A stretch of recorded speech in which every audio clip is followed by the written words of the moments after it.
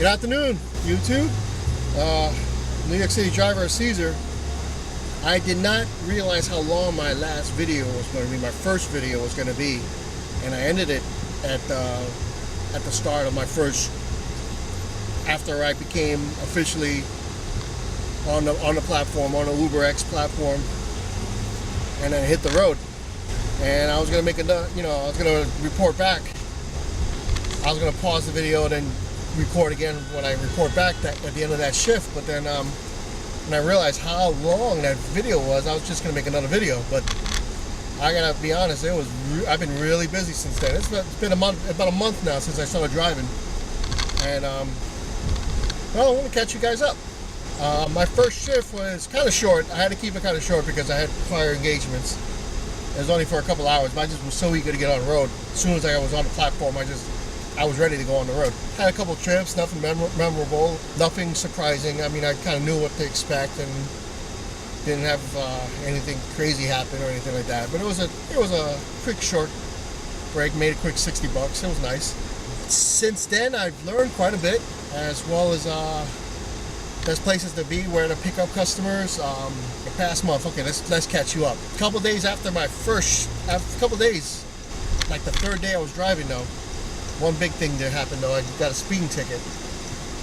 And I don't know I don't know how it is in other markets. You get a speeding ticket, it's just a regular speeding ticket, but it doesn't help. I mean, you get points on your license, and that's not good. But the thing is, in New York City, it's a whole different level when you're a TLC driver, which is what you have to be in order to be a rideshare driver. Because not only do you get points on your DMV license, you get points on your TLC license, and your TLC insurance, which is ridiculous right now, gets even worse. I got caught speeding in the First Avenue tunnel. If you've never been to New York City, you know what I'm talking about. It's just a tunnel, goes under First Avenue.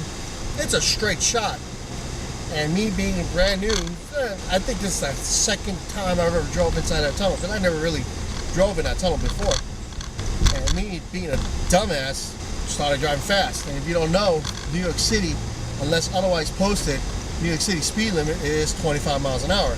Cop says I was going 50. I thought I was going that fast because I have a dash cam going, and I looked at the footage afterwards, and it went up to 43. Yeah, that's bad.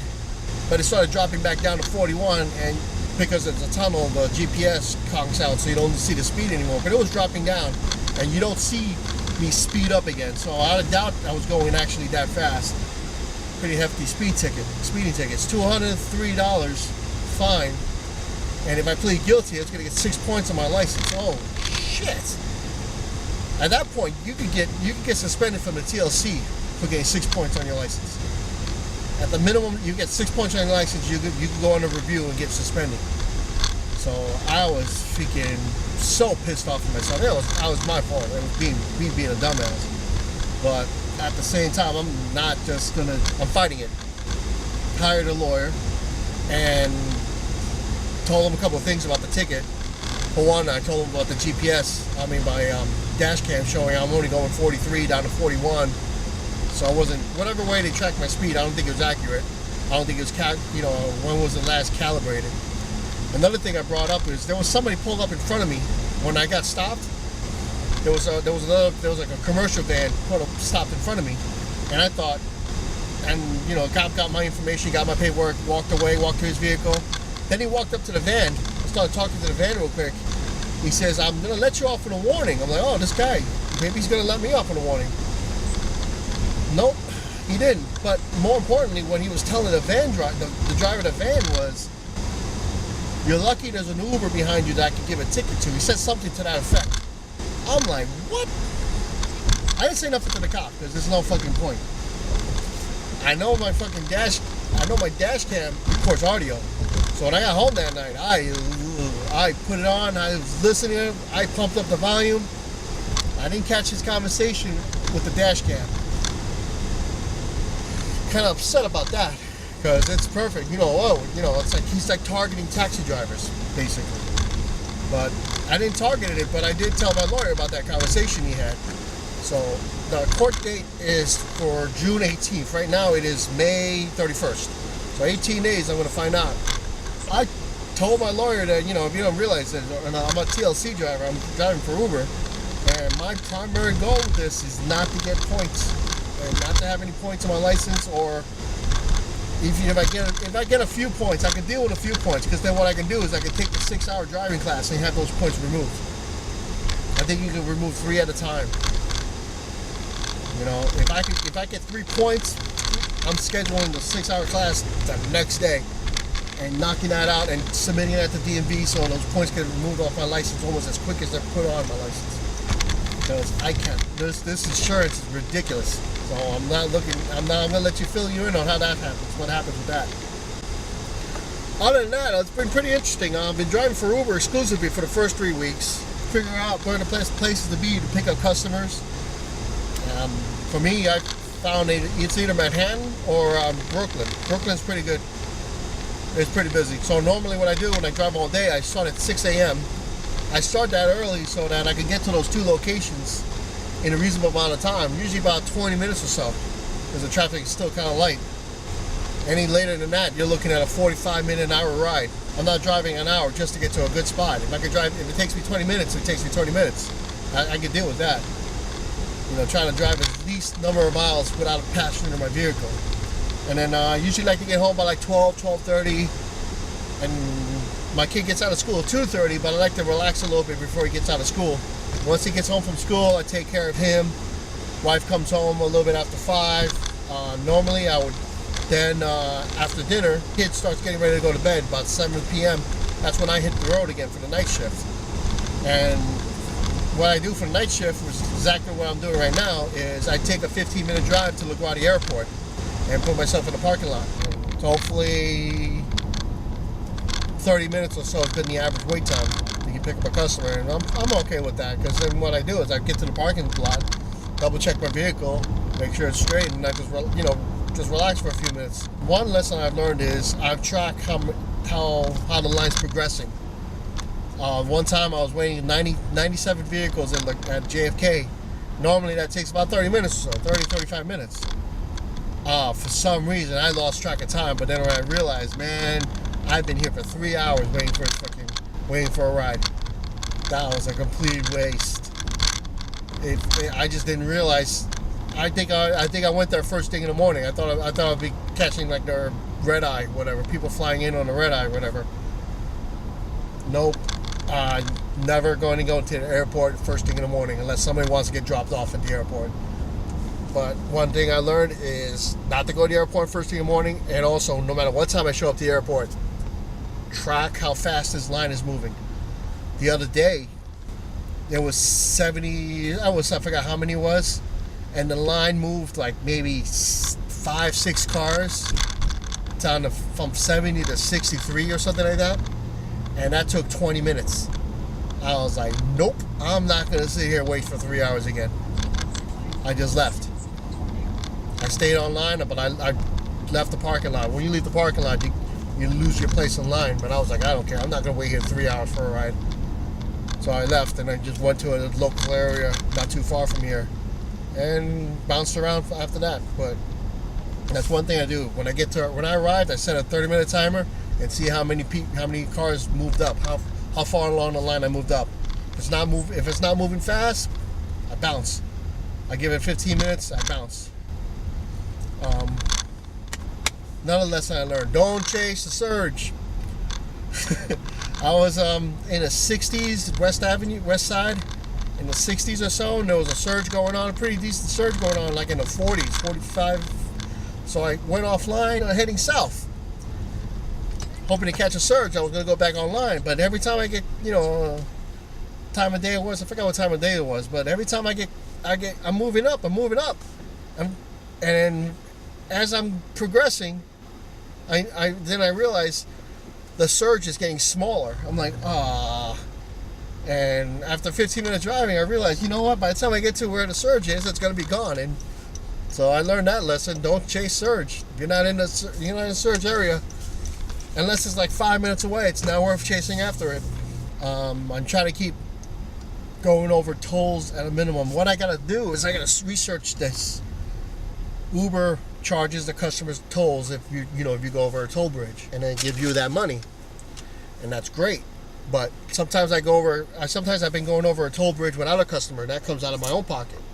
I gotta find out, is that tax deductible for sure or not? Because I know I've already paid like $100 in tolls, but I got about $90 of it back from Uber, so I can't declare. I know I can't declare $100 tax deduction if Uber's paying me $90. You know, I gotta find out if that $10 that's not covered by customers, is that tax deductible? Because I was trying to put myself in a good spot to pick up customers. I gotta find out. In the meantime, I'm gonna try to limit how many times I actually go over a toll without customers. That's one thing. That's another thing I learned, or something I gotta figure out. That's about it. Been driving a month. I just started driving for LYFT as well. I got two devices set up now. I got an iPad mini with cellular service. I got Uber and LYFT on that one, and I got the LYFT on my LYFT on my cell phone, and I got them both going. And whenever I get a LYFT customer or vice versa, I just go offline with the other app and just take care of that customer. I've had people, been discriminant on rides, not looking at looking at customer ratings and then deciding what, not to take customers because of the ratings. I haven't really been doing that too much. I did ignore a 3.8 on a pool ride because, nope. But most times I do just take customers. I'm not all that picky. One funny thing did happen to me last night, actually. Picked up these two ladies. They're Spanish. I think they're either Spain or some. I'm thinking maybe even Argentina, because I can just tell by the dialect. And you don't realize this. I speak Spanish. My parents are from Argentina, so I speak Spanish pretty well. And what happened was there was a little confusion about where they wanted to go, because once I picked them up, the drop-off location was 2 blocks behind me, literally. So they just entered the wrong address, whatever. So they had I just showed them how to change the address, and they told me they wanted to go to 60th between Columbus and Broadway. Okay. But then when I was heading that direction, I realized Uber is telling me, okay, give me directions to 86 off of fucking Columbus. So I'm like, all right, we're going to 86, ladies? No, we want to stop at 60th.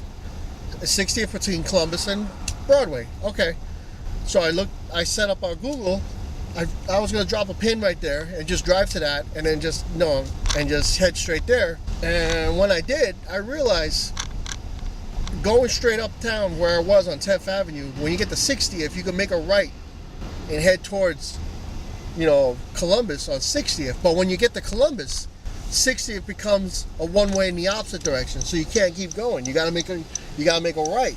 But basically, where they wanted to go between 60th and Columbus was against traffic, so I couldn't just drive directly there. So what happens is I turn right on 56, so I could turn on 60th and go in the right direction. Ladies say, "Oh no, we want to go 60th. Go 60th." I'm like, "No, 60th becomes a one-way against us." The thing is, she spoke Spanish. She didn't speak English all that well, and I'm not speaking Spanish to people because my Spanish is not as strong. It's not that good, because I learned Spanish when I was a kid, and I mostly talk Spanish with my mom, but since I moved out of my house, I barely speak Spanish anymore, so my Spanish is a little lacking, but I understand it perfectly. I explained to her, it goes in one's way. Oh, I live there. I know which way. I'm like, but just do what she's like, basically, just do what you want to do. So I go around Columbus Avenue, go on 60th, and when I get to 60th, I'm like, where do you want to get dropped off? You said 60th between Broadway. No, they want to go to the corner of so you're not going between 60th, between Columbus and Broadway. You go into the corner of 60th and Columbus. Yeah, then it makes sense. I could have made that right. I could have freaking kept going straight and make a right on 60th, like you said, because if you wanted to drop off in the corner. But you didn't say that, lady. You said 60th between Columbus and Broadway. So when I put myself there, you told me to keep going to the corner. I'm like, all right. Now you could have told me you went to the corner. I would have taken you to the corner. So I drove up to the corner of 60th and Columbus, and she gets out. She said, she says goodbye to her friend, and then she says something in cabezón, which means hard-headed in Spanish. It's like slang for hard-headed in Spanish. I'm like, you bitch. All right, okay. You know, you didn't tell me you didn't tell me corner of 60th and Columbus. It would have been no problem. You told me between 60th and Broadway. And that became a problem when the street turns one way against us, you know? So I'm like, all right. So I take our friend up to 86. You know, don't say much, don't say nothing to each other, whatever. Then when she gets out of the car, she says in English, "Good night." In Spanish, I said, it's not direct. There's no direct translation, but basically I said, "Good night, take care of yourself," in like perfect Spanish. So, and she does a double take. But she realized that, yeah, I speak Spanish and I know exactly what your fucking friend said to me. That's the funniest story that happens to me so far. I'm going to wrap it up now. I don't want to make this video way too long either. So, it's going good. If you have any questions, put it in the comments. Like, share, or subscribe. You take care of yourselves.